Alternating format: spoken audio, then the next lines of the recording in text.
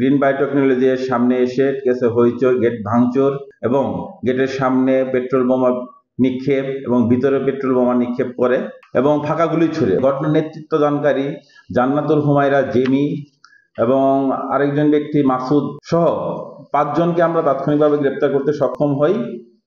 25 November ভোর 5 ঘটিকার সময় মোবাইলে আমি সংবাদ পাই নাংলাস্থ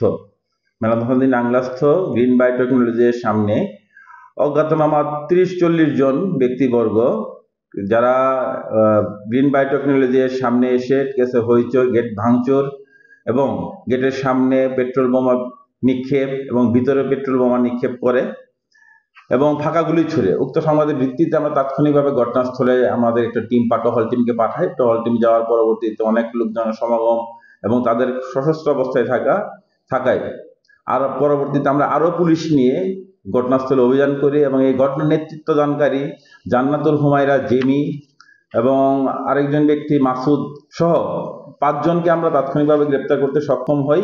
এই ঘটনায় একটি নিয়মিত মামলা রুজু হয়েছে এবং আসামিদেরকে শীঘ্রই বিজ্ঞ আদালতে প্রেরণ করা হবে এবং মামলাটি তদন্ত সাপেক্ষে পরবর্তী আইনগত পদক্ষেপ গ্রহণ করা হবে।